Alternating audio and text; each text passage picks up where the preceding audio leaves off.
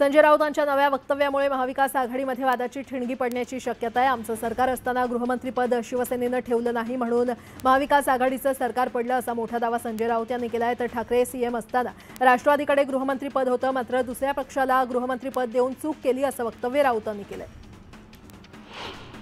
नाराजी संदर्भातील चर्चांवर एकनाथ शिंदेंनी स्पष्टीकरण दिलंय। मोदी शहांच्या निर्णयाला शिवसेनेचा पाठिंबा असल्याची स्पष्टोक्ती शिंदेंनी केली आहे। तर गृहमंत्रीपदाबाबत चर्चेतून निर्णय घेऊ असंही ते यावेळी म्हटले।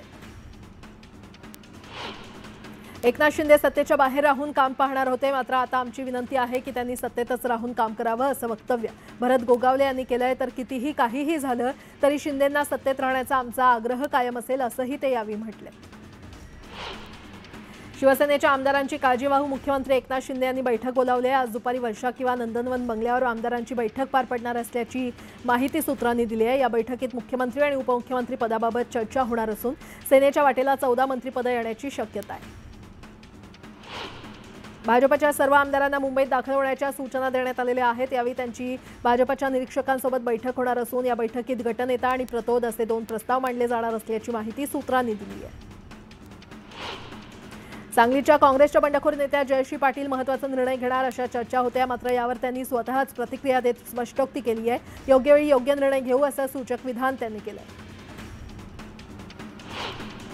बहुमत मिळूनही महायुतीकडून मुख्यमंत्री ठरत नाहीये, जनता मुख्यमंत्र्यांची वाट पाहते, मात्र त्यांनी तमाशा लावलाय असं म्हणत रोहित पवार यांनी महायुतीवर हल्लाबोल केलाय।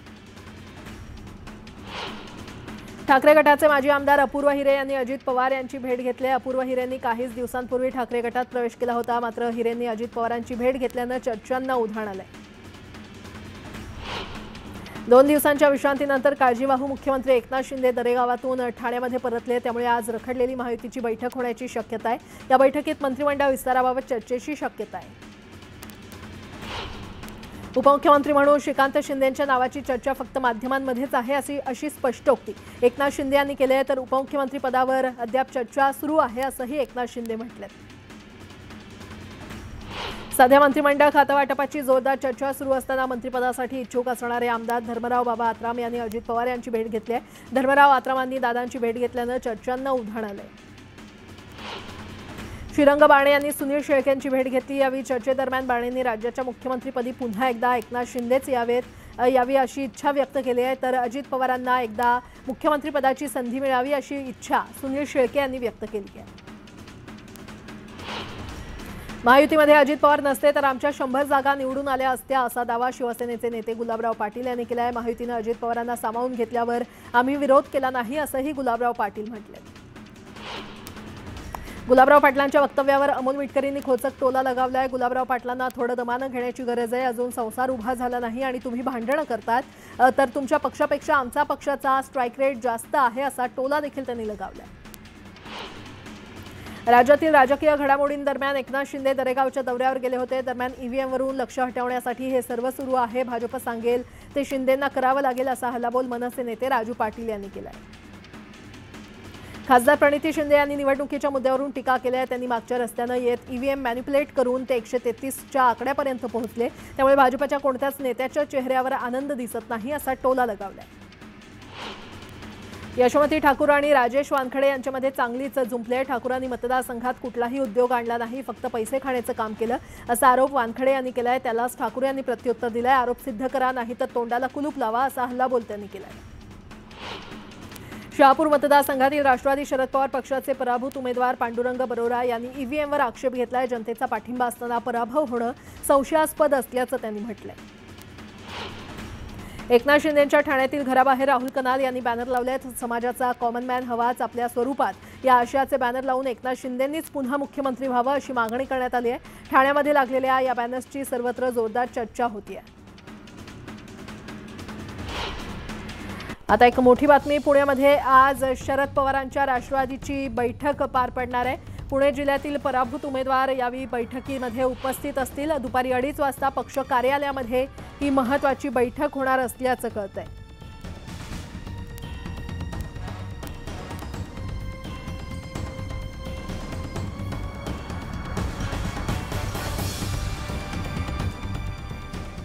पुन्हा एकदा बातम्या पाहूयात वेगवान स्वरूपात। नागपुरात देवेंद्र फडणवीसांच्या समर्थनार्थ बॅनरबाजी करण्यात आलेली आहे। फडणवीसांचा फोटो असलेला "मी पुन्हा येईन" या आशयाचा बॅनर घाटरोड परिसरात झळकलाय। दक्षिण नागपूरमधील काँग्रेसचे पराभूत उमेदवार गिरीश पांडव यांनी ईव्हीएम तपासणीसाठी अर्ज केला। यासाठी त्यांनी 3 लाख रुपये मोजलेत। मतदानाच्या दिवशी संध्याकाळी 5 ते 11:30 दरम्यान वाढलेल्या मतदानाला घेऊन त्यांनी आक्षेप नोंदवला। नागरिकांच्या पाणीपुरवठा संबंधित तक्रारी सोडवण्यासाठी कसब्याचे आमदार हेमंत रासने यांनी मतदारसंघात पाहणी केली। यावेळी महापालिकेचे प्रमुख पाणीपुरवठा अधिकारी उपस्थित होते। कुडाळमध्ये आज ठाकरे गटाची बैठक पार पडणार आहे। आमदार वैभव नाईक, जिल्हाप्रमुख संजय पडते, उपजिल्हाप्रमुख अमरसेन सावंत, युवासेना जिल्हाप्रमुख मंदार शिरसाट आणि महिला जिल्हा संघटक श्रेया परब यांच्या प्रमुख उपस्थितीमध्ये ही बैठक होणार आहे। पंतप्रधान नरेंद्र मोदी आज दिल्लीतील बालयोगी ऑडिटोरियममध्ये द साबरमती रिपोर्ट हा चित्रपट पाहणार आहेत। नरेंद्र मोदी गुजरातचे मुख्यमंत्री असताना साबरमती एक्सप्रेसच्या S6 या कोचमध्ये घडलेल्या घटनेवर हा चित्रपट आधारित आहे। स्वातंत्र्यवीर सावरकरांची बदनामी केल्याच्या प्रकरणी पुणे कोर्टात आज सुनावणी होणार आहे। दरम्यान कोर्टाच्या आदेशानंतरही राहुल गांधी सुनावणीसाठी उपस्थित राहणार नसल्याची माहिती आहे। दिल्लीमध्ये इंडिया आघाडीच्या नेत्यांची बैठक पार पडणार आहे। काँग्रेस अध्यक्ष मल्लिकार्जुन खरगे यांच्या संसदेतील कार्यालयामध्ये ही बैठक पार पडणार असून आघाडीतील घटक पक्ष तृणमूल काँग्रेस तिसऱ्यांदा बैठकीला गैरहजर आहे। हरियाणा आणि महाराष्ट्रात काँग्रेसचा दारुण पराभव झाल्यानंतर आम आदमी पार्टी सतर्क झाली आहे। अशातच या पक्षानं दिल्लीची आगामी विधानसभा निवडणूक स्वबळावर लढवण्याचा निर्णय घेतलाय। पक्षाचे प्रमुख अरविंद केजरीवाल यांनी निवडणुकीआधी एकला चलोरेचा नारा दिलाय। श्रीलंका सरकारनं कांद्यावरील शुल्क कमी केल्यानं नाशिक जिल्ह्यातील कांदा उत्पादक शेतकऱ्यांना दिलासा मिळालाय। आयात शुल्क 30% 10% आलाय। आयात शुल्क कमी केल्यानं कांदा निर्यात वाढून कांद्याला दर देखील चांगले मिळण्याची शक्यता आहे। रिझर्व्ह बँक ऑफ इंडियाच्या या आठवड्यात होणाऱ्या पतधोरण समितीच्या बैठकीत व्याजदरांमध्ये कोणताही बदल केला जाणार नाहीये असा अंदाज आर्थिक क्षेत्रातील जाणकारांनी व्यक्त केला आहे। गव्हर्नर शक्तिकांत दास यांच्या अध्यक्षतेखाली ही बैठक 4 ते 6 डिसेंबर या काळामध्ये पार पडणार आहे। अलीकडच्या काळात सोनं गहाण ठेवण्याच्या प्रमाणात कमालीची वाढ झाली आहे। चालू आर्थिक वर्षाच्या पहिल्या 7 महिन्यात बँकांमध्ये सोनं आणि दागदागिन्यांच्या बदल्यामध्ये घेतल्या जाणाऱ्या कर्जाचं प्रमाण 50.4% इतकं वाढलंय। सणासुदीच्या काळात नोव्हेंबरमध्ये पेट्रोल आणि डिझेलची विक्री वाढली आहे। सरकारी कंपन्यांच्या आकडेवारीनुसार पेट्रोल विक्री 8.3% वाढून 31 लाख टनावर तर डिझेलची विक्री 59% वाढून 72 लाख टनावर पोहोचली आहे। उद्योगपती राज कुंद्रा यांना ईडीनं समन्स बजावलंय। राज कुंद्रा यांना आज चौकशीसाठी हजर राहण्याचे आदेश ईडीनं दिलेत। उरण परिसरातील भाटेबंदर समुद्र किनाऱ्यावर नवीन रस्त्याचं बांधकाम सुरू करण्यात आलंय। दरम्यान पूर्वी समुद्र किनाऱ्यावरून मुख्य रस्त्यावर जाण्यासाठी मार्ग उपलब्ध झाल्यानं मच्छीमारांना दिलासा मिळालाय। जागतिक एड्स दिनानिमित्त सांगलीमध्ये वसंतदादा पाटील शासकीय रुग्णालयाच्या वतीनं रॅली काढण्यात आली। रॅलीच्या माध्यमातून एड्स आजाराबद्दल नागरिकांमध्ये जनजागृती करण्यात आली। फेंगल चक्रीवादळामुळे चंद्रपूर जिल्ह्यात ढगाळ वातावरण पसरलंय। दरम्यान काही ठिकाणी पाऊस पडल्यानं धान पिकाचं नुकसान होण्याची शक्यता आहे। त्यामुळे शेतकरी वर्गात चिंतेचं वातावरण आहे। बुलढाणा चिखली तालुक्यातील धाड गावात 2 गटात तुफान हाणामारी झाली होती। दरम्यान केंद्रीय राज्यमंत्री प्रतापराव जाधव यांनी दंगलग्रस्त भागाची पाहणी करत दोषींवर कारवाई करण्याचे आदेश दिले। वाशिम जिल्ह्यात वातावरणाच्या बदलांमुळे सर्दी आणि तापाच्या रुग्णांमध्ये मोठी वाढ झाली आहे। त्यामुळे जिल्हा सामान्य रुग्णालयामध्ये उपचार घेण्यासाठी रुग्णांची गर्दी होती आहे। वाशिम जिल्ह्यातील 13,241 ग्राहकांनी महावितरणाचे 40 कोटींचं वीज बिल थकवलेलं आहे। या सर्व ग्राहकांना महावितरणानं नोटीस पाठवल्यानंतरही बिल थकीत आहे। त्यामुळे बाधित ग्राहकांनी अभय योजनेचा लाभ घ्यावा असं आवाहन महावितरणानं वाशिमकरांना केलंय। कोकण आणि पश्चिम महाराष्ट्राला जोडणारा कुंभारली घाट सध्या मृत्यूचा सापळा बनलाय। घाटात जागोजागी खड्ड्यांचं साम्राज्य पसरल्यानं अपघातांच्या प्रमाणात वाढ झाली आहे। खड्डेमय रस्त्यांवरून प्रवास करून प्रवासी देखील हैराण झाले।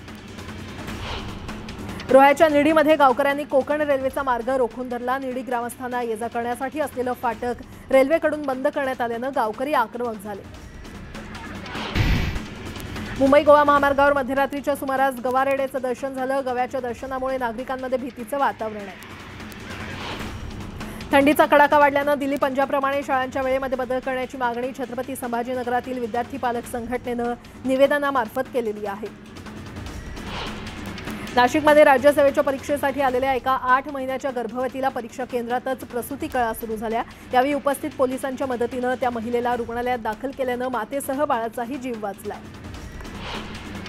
शिवसेना नेते विजयबापू शिवतारे यांच्या अहिल्यानगर जिल्ह्यातील साखर कारखान्याच्या पहिल्या गळीत हंगामाला सुरुवात झाली आहे। शेतकऱ्यांना मोठा दिलासा मिळणार आहे। या साखर कारखान्याच्या उभारणीमुळे इतर कारखानदारांची मक्तेदारी मोडीत निघणार असून इतरांपेक्षा उसाला जास्त भाव दिला जाईल असा विश्वास दादा भुसे यांनी व्यक्त केला आहे।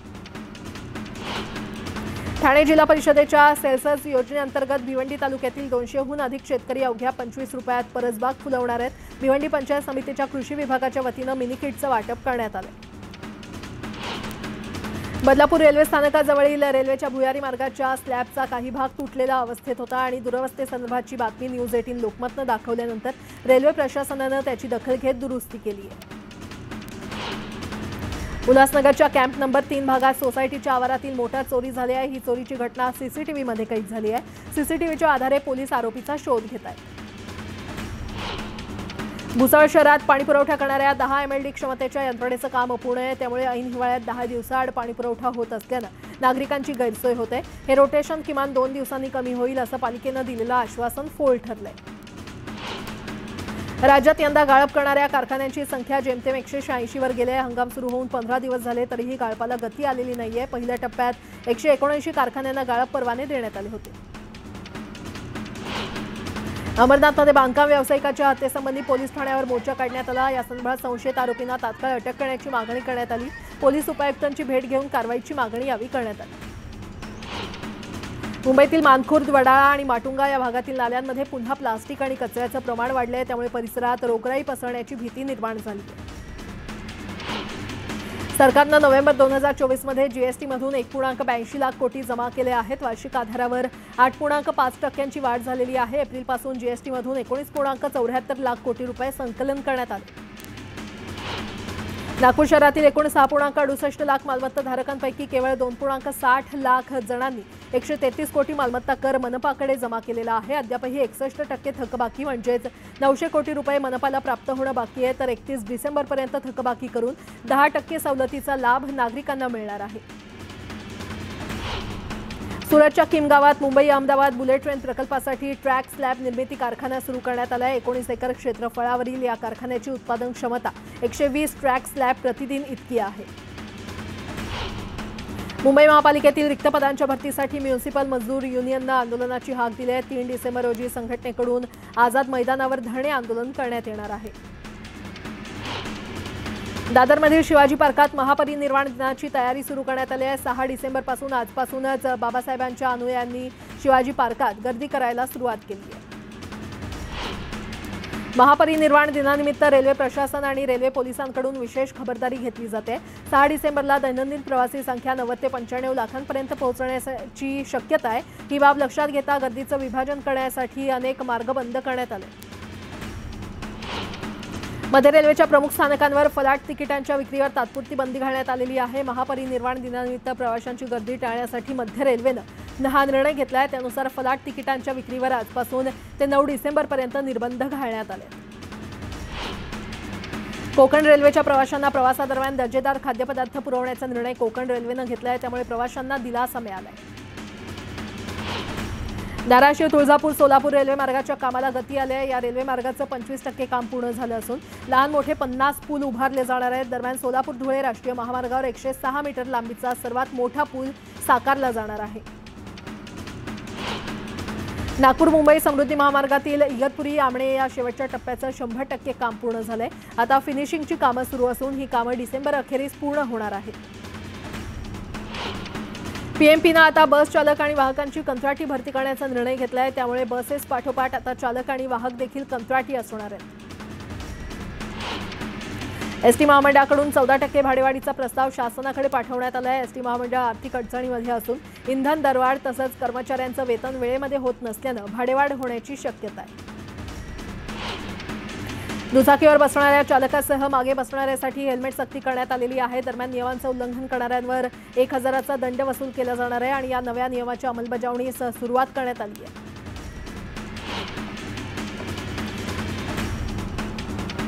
रत्नागिरी जिल्ह्यामध्ये बैलगाडी असोसिएशन यांनी चिपळूण येथील माळ रानावर राज्यस्तरीय बैलगाडी स्पर्धा आयोजित केली होती। या स्पर्धेला ठाकरे गटाचे आमदार भास्कर जाधव यांनी उपस्थिती लावली। रायगड जिल्ह्यामध्ये 14 डिसेंबरपासून ठिकठिकाणी जत्रोत्सव सुरू होणार असल्यानं ग्रामीण भागातील नागरिकांना स्वस्त आणि मस्त खरेदीची संधी मिळणार आहे। पुढील 5 महिन्यात जिल्ह्यात या जत्रांद्वारे सुमारे 20 कोटींपेक्षा अधिक उलाढाल होणार असून हजारोंना रोजगार मिळणार आहे।